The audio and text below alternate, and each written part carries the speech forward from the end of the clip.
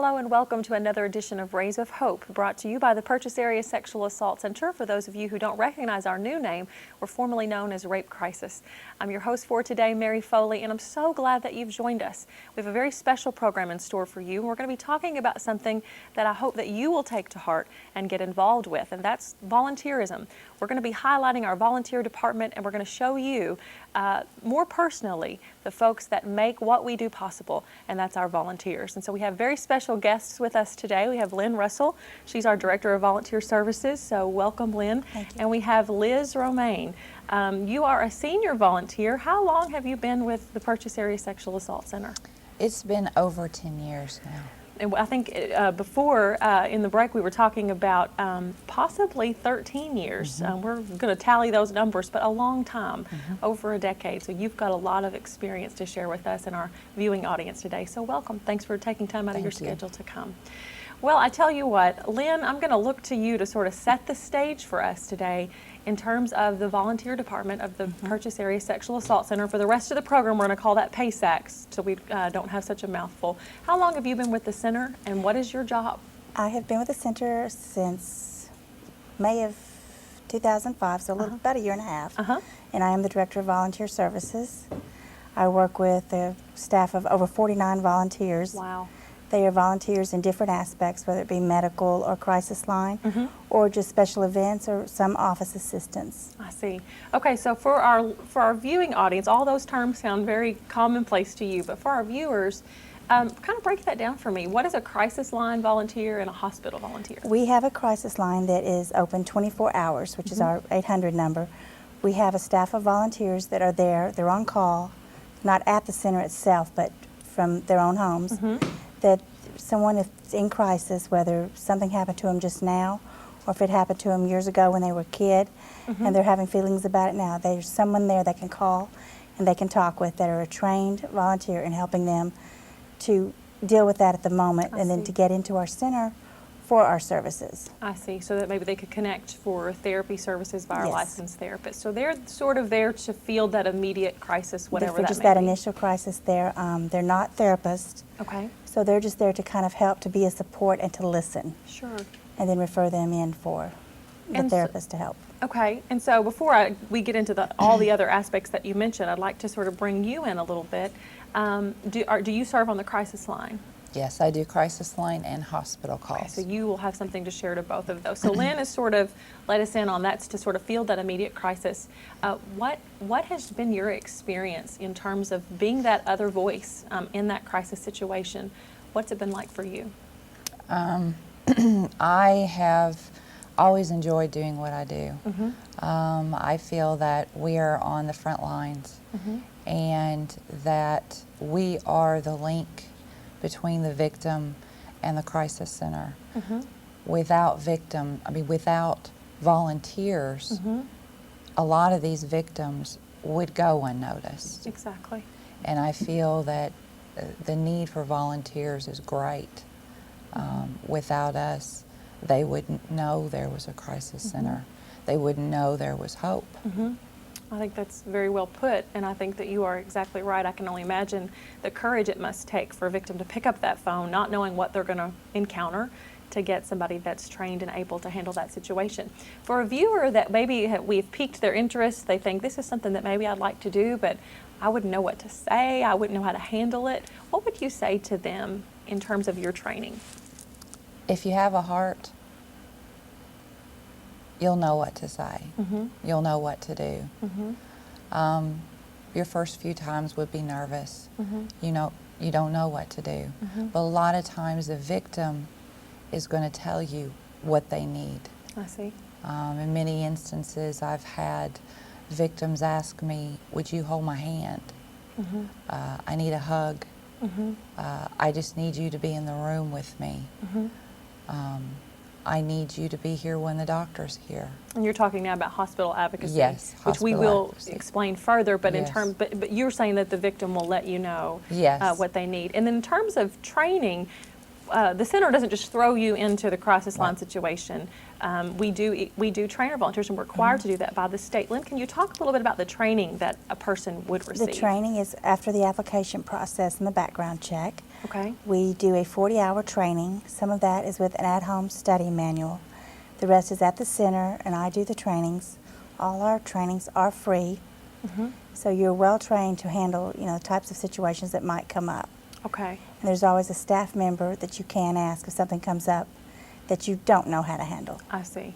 And so for those watching today that may be saying, well, okay, so you're going to train me, and I have a heart to do this, and I want to do this, but I work a full-time job, I have a family. What would you say to them? I work around those shifts. Most of the time our volunteers are on call at 5 in the evening until 8 the next morning, and on weekends and holidays. But I work around their work schedules. If they can only volunteer, say, 2 days a month, I try to work around that because every little bit helps. Sure. So if they can volunteer, and we're looking at some new programs to work with a computer, an online hotline. So if that works out, then they can still be working from home just a few hours, a couple of nights a week. Okay, so you're willing to accommodate schedules Yes. and to work with We schedules. will work around work schedules, kids' schedules, all that. Okay, and then Liz, just briefly, let's let the viewer hear why. Why the Purchase Area Sexual Assault Center? Why did you get involved? Why are you here today? I have always felt that there was a need for this type of work. I enjoy people. Right. I feel like I have a very big heart. I like to take care of people. And over the years, I feel that in McCracken County, there has been a growing need. And staff members, they can't be there all the time. Sure. The need's too And great. it takes us. And there's a lot of volunteer groups out there, things that you can volunteer for, and this is just one of those groups that I felt that I would be good at. So it was just a good fit for you. So for those that are listening today that may have that tug, you're talking to them to go ahead and go forward. So now we've talked a little bit and we explained what the crisis line is. What is a hospital advocate, and what does that entail, Lynn? A hospital advocate is a volunteer that will go into the hospital to be with the victim at that time of crisis, when she's in there for the exam and the questionings and all the things that go along with that. Okay. Because we're there for her support, because no victim needs to go through this alone. I see. Now, that's what we want her to be aware of, or him, because they're all male victims too, that nobody has to go through this alone. Okay, That's our and main actually, mission. am I right that the state law requires that centers like ours be notified by hospitals because the state recognizes that need for an advocate to be So present? we're usually notified either by the police, the law enforcement rather, that are handling it, or by the hospitals, but we are required to be notified. To be notified so that we Yes. can advocate on behalf of that individual. Right, so that there's someone there with her. Okay, so you have a team of hospital volunteers, and Lynn, Liz, you are a crisis line and a hospital advocate, so you can do Yes. both. And what has been the most rewarding part about being a hospital advocate? It's a feeling of doing something for somebody else. We go to work every day. We take care of our children. But there's a need. Everybody feels that there's a need that they're not doing something for somebody else. I see. And this is a way for them to fulfill that need. You don't have to be there all the time. This is something that you take a shift, but you feel like you're doing something for somebody else. It gives you a good feeling. Everybody likes to feel good. Sure. And this gives you that good feeling. Right, and I would imagine at that point of vulnerability for a client, a potential client, a victim, person that's just been victimized, has just gone through perhaps the most traumatic thing they will ever face, coming in not knowing what to expect, to know that there is somebody there in their corner is very effective. What has been, Lynn, for you, what has been the most rewarding hospital call you've ever gone on? It's just, when you can see them relax, that there's somebody there and they know they're being believed. They know that, there's somebody in their corner. And when you're in there, it's a young one, it's a teenage girl, and they just need somebody. It's almost like the maternal instinct almost kicks in. And those are the ones when you can see them be relieved that there is somebody there. Right. So sum up for me, and you all might kind of tag team this together, what, in I guess general terms, what is the role of the hospital advocate? I would think that there would be that. You'd want to be a counselor, or you'd want to be a liaison for law enforcement, but what is the role of the advocate? What are you there to do? Listen. There to listen. Here to listen. Basically empower them, to give them the information to make their own decisions on what they need to do, to give back that dignity that was taken from them, to give them back that sense of self that was taken from them. And what are some practical ways that you're able to do that? Basically to help them make their decisions about, if they want to press charges, if they want to go through with the exam, if they want to, come in for counseling services. We provide all the information so that they can make an informed decision. So to inform them to make decisions that perhaps they won't regret later, Right. or to make those difficult decisions with someone We there. really strongly encourage them to come in to talk with one of our licensed therapists so that they can help, because our therapists can't really I won't say heal, but they can't get them over it, but they can help them to live with it. Right, I And to see. get through that initial. So in terms of, we've focused a lot on the victim, but I would assume that there are times when family members are there and in need of support. Does that fit within the role of the advocate as well? Yes. Okay, Very how much. so? Most parents are angry. Sure. They want to know why. And a lot of a parent's first instinct is to, let's just go out there and find him. To calm them is the big thing. To let them know that it wasn't their daughter or son's fault. No matter what the situation might have been, don't blame them. And to cope with the fact of it's just like in any other crime, they want to know why. Sure. Their first question is, why my son? Why my daughter? And you are there to let them know that sometimes there isn't a reason why. And to comfort them, basically to say it's okay. It's okay to be angry. That's a common feeling, but you have to be there for your son or daughter. They don't need to see you angry. They don't need to see you upset. They need you to be strong. And so I think you've touched on a very important point, and something that we do take the volunteers through in training purposes is to sort of normalize the situation, because I think we all want to believe that this is abnormal and it doesn't ever happen and it's something very rare, because it makes our world a little safer. But the statistics say that 1 in 4 women, 1 in 7 men will be victimized sexually at some point in their life, so it's not as rare and as uncommon as we might like to think. So the job, I think I hear you both saying, of the advocate is to normalize that situation. And while this isn't, we don't want this to be normal, there are normal reactions and you're having them, and it's okay, and we're here to help you deal with those initial emotions. But we're also there to help you develop an action plan. How are we going to deal with this? I think you mentioned the forensic exam, the law enforcement. I think you mentioned empowering them to make good decisions. So it sounds to me like both of you are saying that the role of the advocate is going to be very different depending on the situation. And there's no two situations that are alike, so you have to be prepared Never. to handle, because you're dealing sometimes in there with not only the victim, but the mothers, the fathers.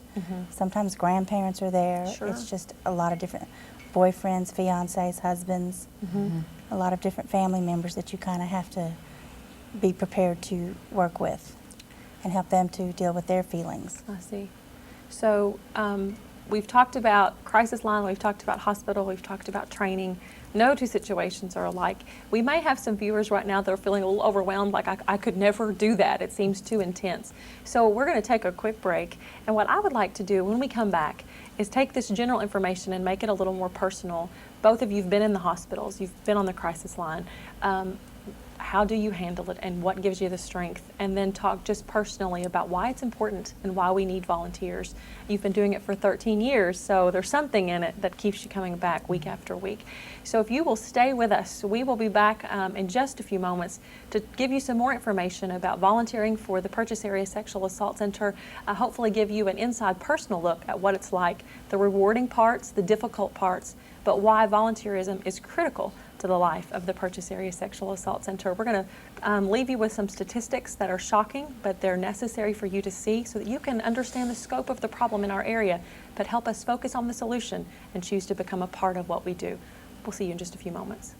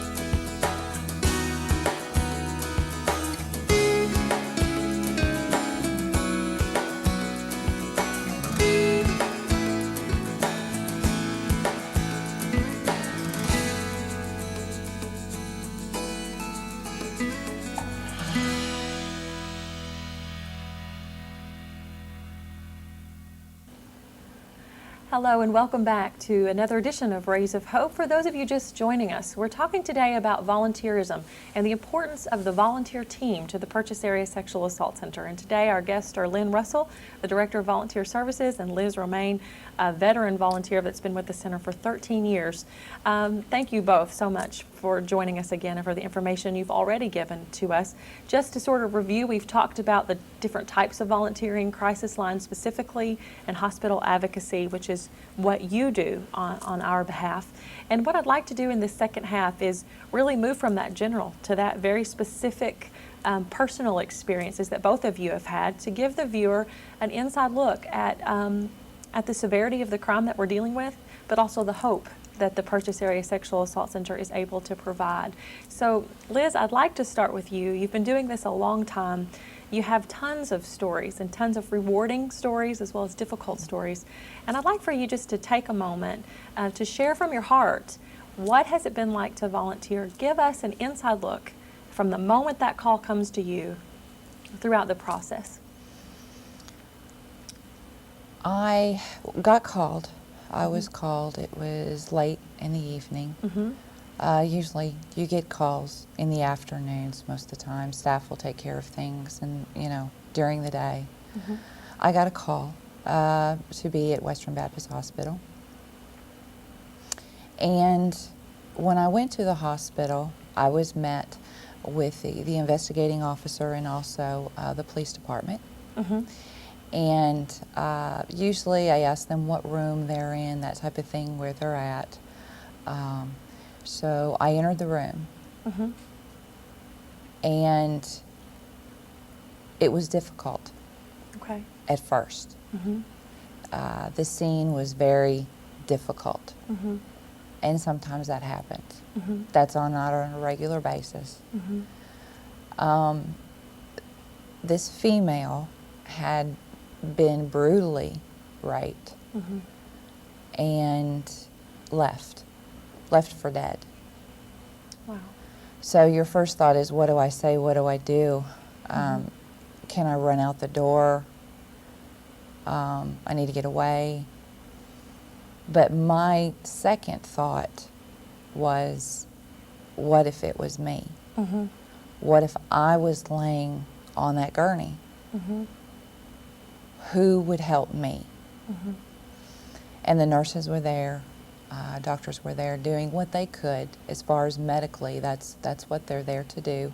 Although SANE nurses are wonderful. And what is a SANE nurse? A SANE nurse is a nurse that is trained to do exams and take care of rape victims. Okay, so it stands for Sexual Assault Nurse Examiner. So there are people that are sensitive. So Yes. for that particular evening, there was somebody trained Yes. to do that exam, which I'm sure Yes. was helpful. Yes. Okay.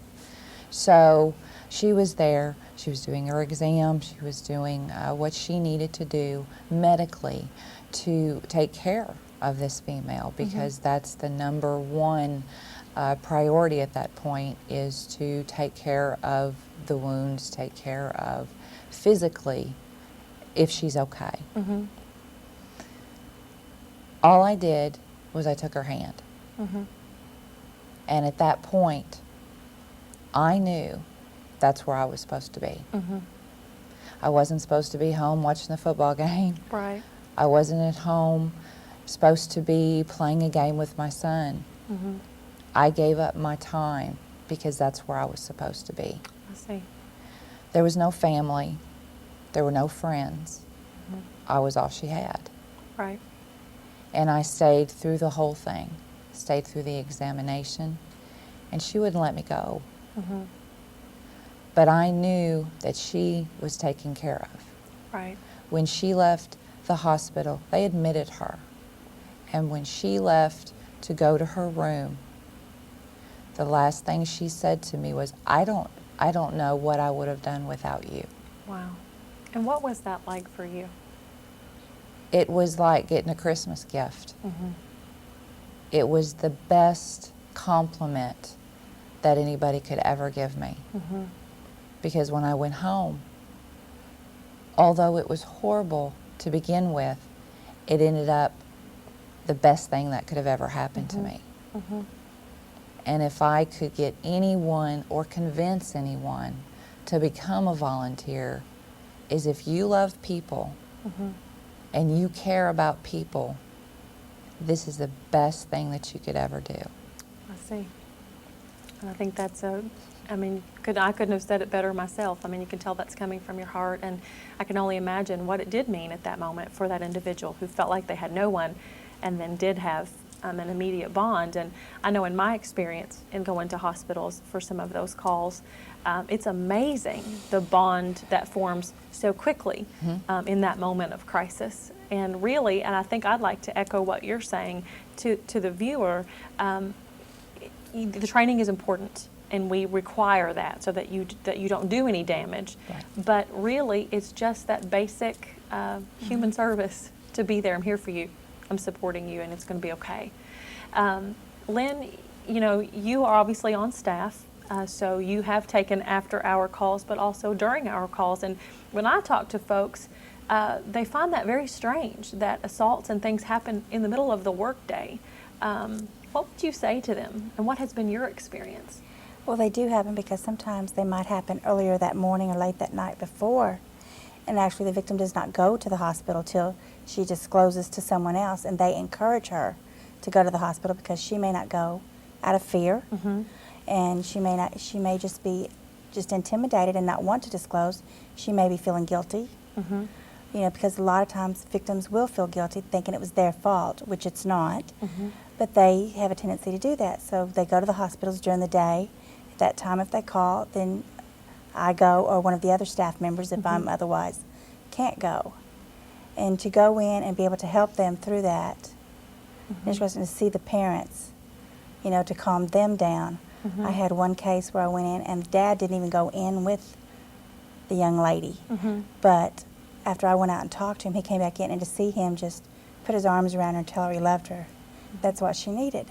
That's right. More than what I could have done. But it was helping him, then he could help her. Right. And that's one of the greatest parts too. And so to educate them that it's okay to believe them and to Right. acknowledge what has happened. Right, that it hasn't changed their relationship at all. And I can see that moves you and you as well, the pain that goes along with this crime. But boy, the reward to be able to help those relationships get started on the right foot rather than being another problem later on. I'd like to take just a few moments, if we could, and talk about, we've talked about some personal experiences and things like that. Is it common for people to wait to tell? And And could you talk to the viewing audience? I know sometimes the community, we blame the victim. That's a real thing. Is it common for folks to wait before they come forward? It is more common than it should be. And it's due to society myths. The myths that we hear all the time about, well, it'll make the news, or they won't believe me. They'll say it was my fault. If I hadn't been wearing that, if I hadn't been walking down that road, if I hadn't gone to that club or that party, you know, that's just society is still unaware of what it really is to be assaulted. I see. And then how do you dispel those myths to the victim to help in that first stage of healing? Well, one of the experiences I had with a female was that was the first thing that came out of her mouth. Shouldn't have been there. Shouldn't have been doing the things that I was doing. You know, and I basically told her, it doesn't matter. Doesn't matter what you were doing. Doesn't matter what you were wearing. Doesn't matter if there was alcohol or drugs involved. No one has the right to touch you. No one. And you could tell she thought, this person believes me. This person doesn't, believes what I'm saying. She's not just saying it to try to make me feel better. She says it because she means it. And so in essence, you've sort of summed up the role of the advocate, both of you have. We call it an active plan. We acknowledge the problem. We create an environment where people can talk about the problem. We talk about what's going on. We initiate a plan. We voice our support, and then we empower them to make the decision they need to make, whether that's hopefully follow up with services at our center, whether that's to press charges or both. We're there to just support and to help them make the decisions that are best for them. We just have, just a very few minutes left. If someone wants to volunteer or just like more information, what would you say to them, Lynn? They can contact me at the center, or they can check our website. There's an email address and other information on volunteering. And I think we will show that toward the end. So just We've actually got it on the screen right get now. in contact with us, and we'll be glad to give them the information. I have the application packets. There again, the training is free. The background checks are free. The only requirement, though, basically, is they have to be a minimum of 20 years old. Okay. And we do the background checks just to make sure, because we have to make sure everything's for the state. Sure. And, then they just go through the training, and I'm trying to set up trainings as we speak, so. And you will work with their schedule. I will work with their schedules once they're trained. Okay. I'll be happy to work with it. So the first step is to contact the center. Right. Liz, thank you so much for joining us and Welcome. sharing your personal insights. And publicly, I would like to thank you for your dedication to the center and to the victims of the Purchase area. Thank you. What you do doesn't have a price tag, so it's just invaluable. So thank you. And Lynn, thank you for training and for being here with us today. And thank you, the viewer, for listening to a difficult topic, hopefully allowing it to touch your heart. I challenge you to not just walk away from this program, but to pick up the phone, give us a call. The number will show up on your screen. Give us a call. Find out more about how to volunteer. You can contact the center at 270-534-4422 if you're calling locally, or 1-800-928-7273 is our 24-hour helpline, and you can ask to speak with Lynn Russell. And until we see you next time, be sure and make a difference. Educate yourself, and thank you so much for watching this edition of Rays of Hope.